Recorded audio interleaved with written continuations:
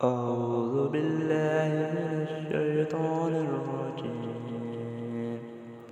بسم الله الرحمن الرحيم. ألهاكم التكاثر حتى زرتم المقابر، كلا سوف تعلمون ثم كلا سوف تعلمون، كلا لو تعلمون علم اليقين لا ترون الجحيم ثم لا ترونها عين اليقين ثم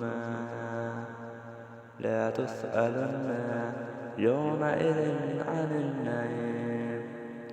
صدق الله العظيم وصدق رسوله النبي الكريم.